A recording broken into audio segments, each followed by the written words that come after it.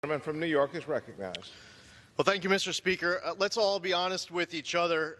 We are here today, right now, because of anti-Semitic rhetoric from one member of this chamber said again and again and again.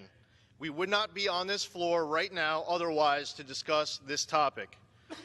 If that member was a Republican, that member's name would be in this resolution, and this resolution would be all about condemning anti-Semitism, and it would be done so forcefully. That member in January had to apologize for talking about a hypnosis of Israel that they have over the entire world. That member had to apologize in February by saying that if you support Israel, it must be because you're bought off by Jews. That member called it an unequivocal apology, even though she filled it with equivocation. And now we're back again, this time by saying that if you support the U.S.-Israel relationship, that you must have pledged allegiance to a foreign government. Except this time that member is refusing to apologize. Even if you gave that member every benefit of the doubt that she had no idea what she was doing, why now wouldn't she be apologizing? Why would she be more emboldened to refuse an apology altogether? I apparently am giving Rep. Omar more credit than the Speaker is, because I don't believe she is naive. I believe that she knows exactly what she's doing. It is an American value, by the way, to have reasonable, legitimate criticism of a government, whether it be the U.S. government, Israel, or any other government. It is not an American value, though, to be hurling anti-Semitic rhetoric. Anti-Semitism must be condemned unequivocally and emphatically. We have members of this chamber who associate with Louis Farrakhan, who says, quote, Hitler was a very great man. Let's talk about a double standard. In January, we all came to this chamber. We condemned white supremacy. We named a Republican member. We kicked that member off of his committees. He can't serve on the Small Business Committee, but this member will continue to serve on the House Foreign Affairs Committee. But no, now we can't come here and just emphatically, solely, forcefully condemn anti-Semitism and name names, but if it was a Republican, we would. It's time to call out these statements for what they are. Pointed, bigoted, unreasonable, illegitimate, anti-Semitic. I commend my colleagues on the other side of the aisle who have been speaking out about all this anti-Semitism. A few members come to mind. Chairman Engel, Congressman Deutsch, Congressman Nadler, Congresswoman Lowy, Congressman Gottheimer. Many of my colleagues on the other side of the aisle, I believe to their core, know how very wrong this is, and there are many other members to name as well.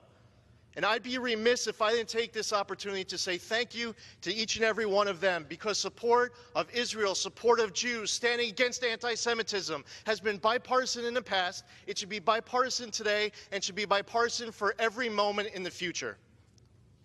I yield back. The gentleman from Georgia. Thank you, Mr. Speaker. I don't know where to begin. I really don't. As members of Congress, duly elected by constituencies to serve in this body, who come here with the hope and the thought that we exchange ideas and come to this body to actually participate, and for the second time in 8 weeks, I am here with my friend from New York debating a resolution that all of us should have learned in kindergarten. Be nice. Don't hate. This resolution doesn't need to be 7 pages. It's just wordy. I agree with it. We don't need to hate. It don't matter where it comes from. But it's just what bothers me the most, Mr. Speaker, is what I'm finding right here. Just the other day in this floor, we celebrated the institution of this body with the Dean of the House. And we spoke of Mr. Dingell, we spoke of Don Young, and we spoke about this institution of this House. What is becoming more and more concerning for me about this process, and what breaks my heart as much as anti-Semitic thought, anti-Muslim thought, anti-anybody thought, is that we have broken down in this House. Last week we brought to the floor in which a bill in which was supposed to be about firearms, which my friends across the aisle were mistakenly didn't understand the penalty associated with the bill.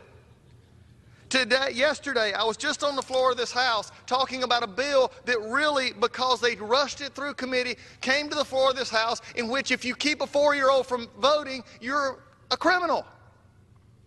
This is what happens when we rush. And this week, the entire week, almost has been taken up by sentiments of a member that were anti-Semitic. Repeating, as Rahm Emanuel said, some of the ugliest stereotypes that we've had. But goes back to, again, my concern here. At 3:20 this afternoon, I was handed, or at least was printed, one of the resolutions. I have 3 more of this resolution that it's taken all week. How long does it take to figure out just don't hate? How many times, how many pages does it take to cite ill and evil? Evil is evil. My heart breaks, Mr. Speaker. My heart breaks for this institution. When we say that we see something that is anti-Semitic, but we say, well, they may not have known it was. It's anti-Semitic. It's anti-Muslim. It's whatever you want to call it. It's just wrong. My heart breaks. And then I find out that we changed it now lately is to add other groups in here who undoubtedly saw they wasn't a part of the groups. So we added in new groups to the list. I guess since we're at it, why didn't we add Mormons? Why didn't we add Jehovah's Witnesses? They've been attacked. Mormons have many times been accused of dual allegiance. Ask a former presidential candidate.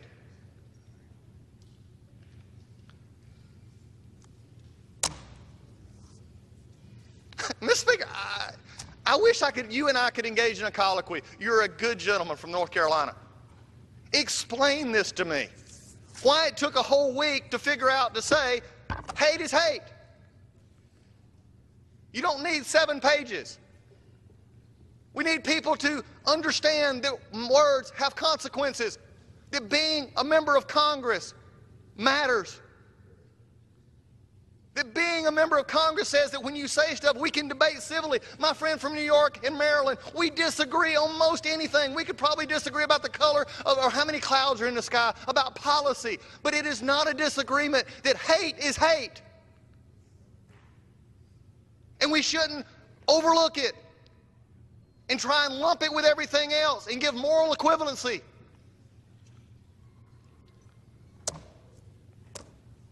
But here we are again. Here we are again. Mr. Speaker, I hope we're not here in another 4 weeks, because the first 8 weeks we've been here twice. Please let us get back to being the people that this country needs us to be. With that, I reserve. The gentleman reserved.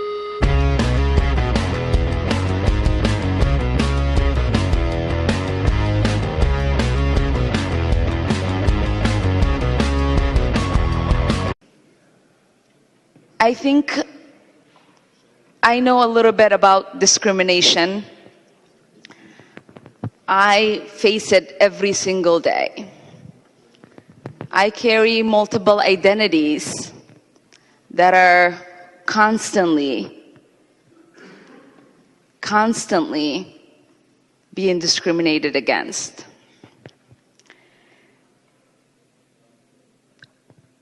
I thank the author for thinking about this particular bill.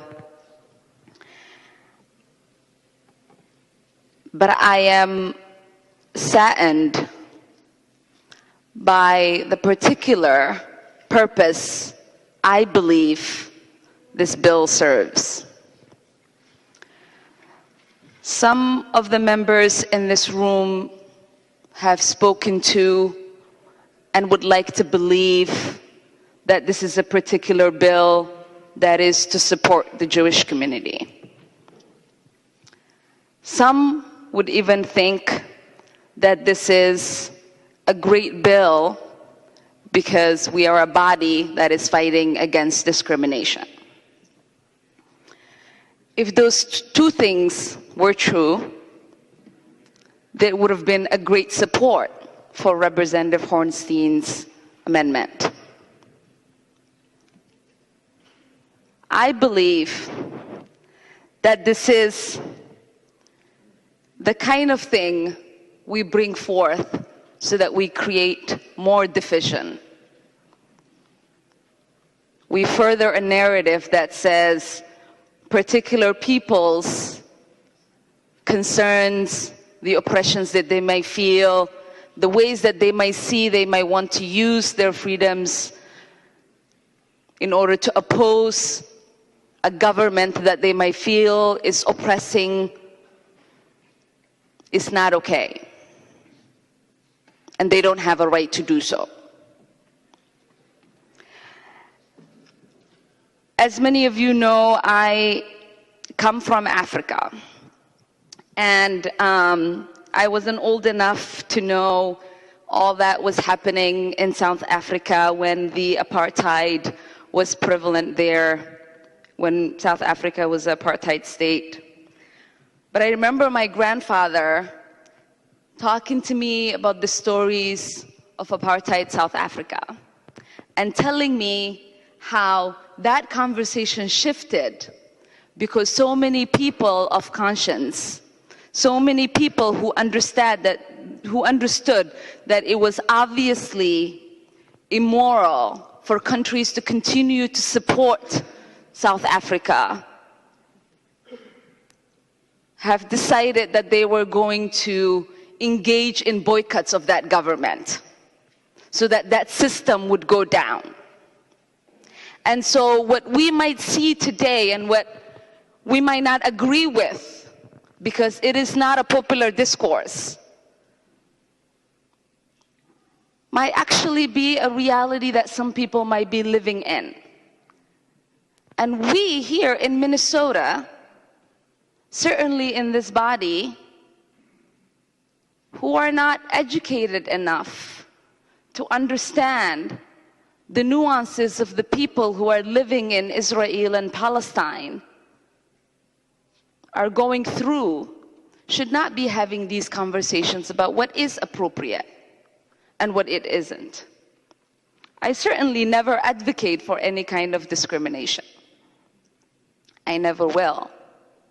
But what I do advocate for is for all of us to work towards furthering peace in the world.